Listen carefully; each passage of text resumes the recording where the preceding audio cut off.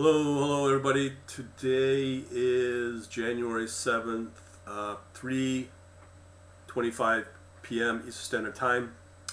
Just so you know, we're going to be doing some talking. Brian here from quantlabs.net.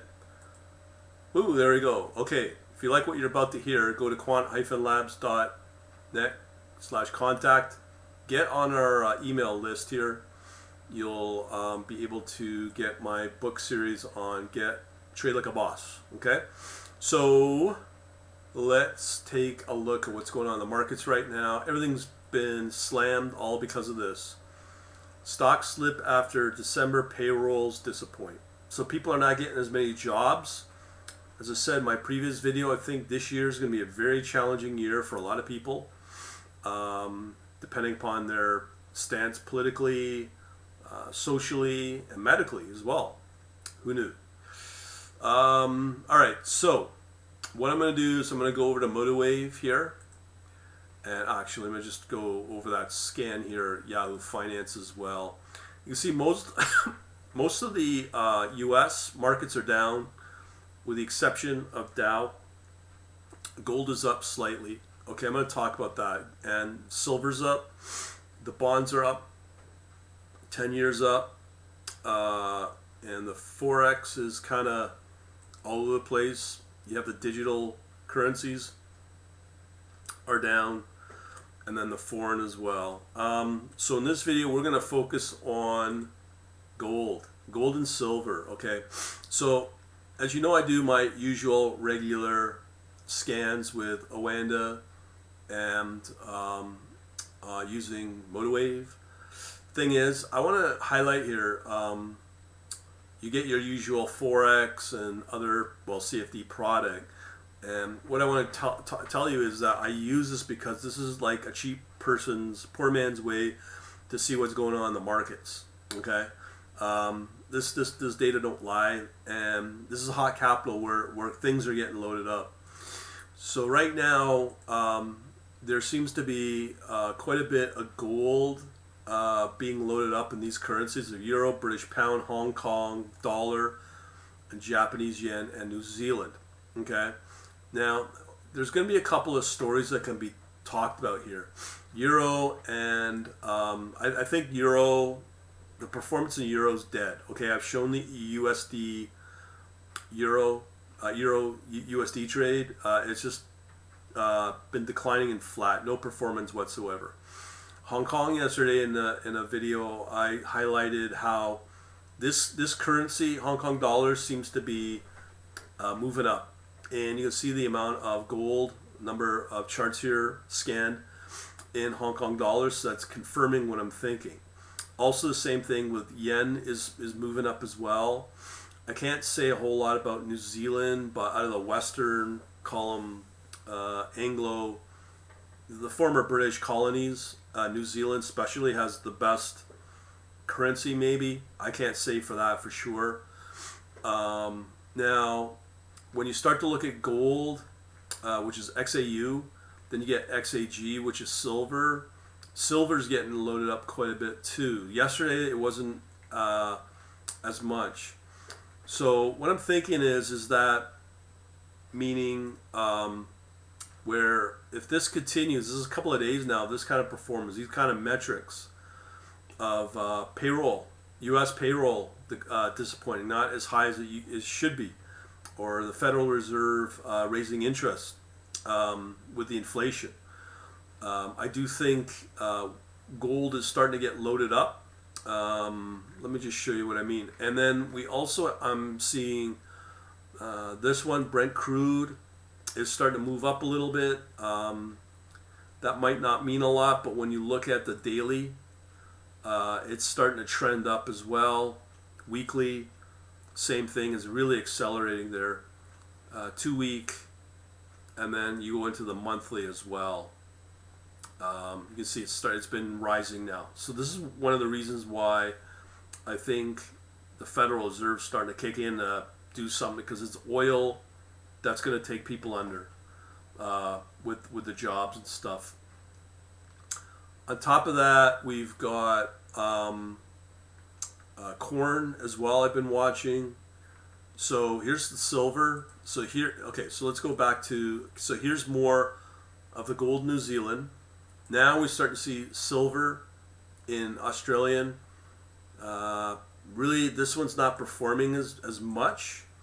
And then you get silver in euro as well, and then silver in Singapore dollar. But let me just show you silver in Australian dollar, how that performed last year. It did spike quite a bit from 20, almost doubling to 40 in silver in Australian dollar. Okay, so it's been flat since, but silver can definitely perform really nice. So through my crypto or ETF analysis, I'll be watching that.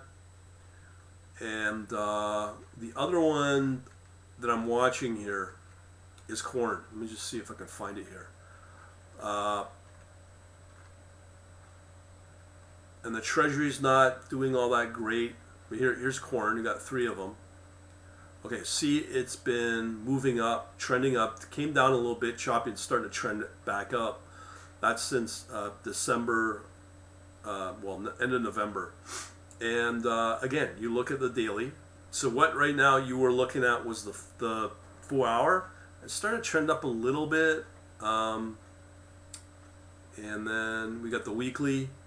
So it's trending a little bit, but that steep incline last year until this year. And then it's starting to trend up a little bit. And I think these are some of the reasons why the Fed started to raise interest, because they have to fight this with the U.S. national debt growing. And the more they add trillions of dollars, the more what happens is the U.S. dollar starts to lose relevancy in the world as a reserve currency. So things like sanctions don't work because the U.S. like the U.S. government was able to control other countries, adversary countries, through their dollar. I mean, I've heard it in these Congress hearings and Senate hearings, where these politicians were so arrogant, thinking they can control other countries through the U.S. dollar. So this is what's happening now. I think that the U.S. dollar has already started losing its relevancy, it is. So the things to watch here is gold, potentially silver down the line, oil for sure, and corn a little bit. That's what I'm seeing. So I just want to let you know that gold is getting loaded up for sure. One other important metric to always watch here is this one, is XAU, which is gold silver. Not many brokers offer this as a metric to watch. When this starts to spike, as you can see it is for the last since June of last year, it's starting to spike.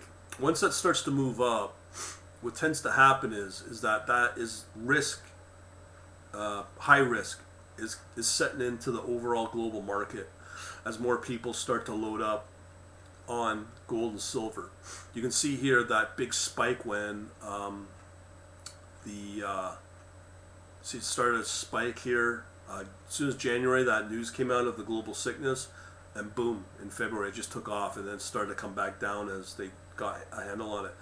Here, this is fundamental. This is not a global sickness. This is not an exogenous event outside of economics that's building this. And another good example here is this, with the financial crisis. This kicked in, it spiked, settled back, and dropped down to March 2011. And it's been spiking since. So our level of risk has been at the same level as 2008. And that same level of risk started to kick in here in December 2014. So we're past that now, and this right here took off, and this is starting to creep back in. So we're at a level, we're not very far away where it could spike again historically for some other event. As I said, political, social, and now medical could kick that right up for other reasons, if you know what I mean. So I do think gold and oil is kicking in terms of cost with that inflation, and corn, which is obviously a food commodity, basic food commodity, is something to watch as well. And I think, to be honest, a lot of this can be manipulated. We'll leave it at that. Again, if you like what you're seeing here, always come back to our contact, quant-labs.net/contact. Get our free stuff here, the Trade Like a Boss stuff, still relevant, and get on our email newsletter. Other than that, thanks for watching. Have a good day.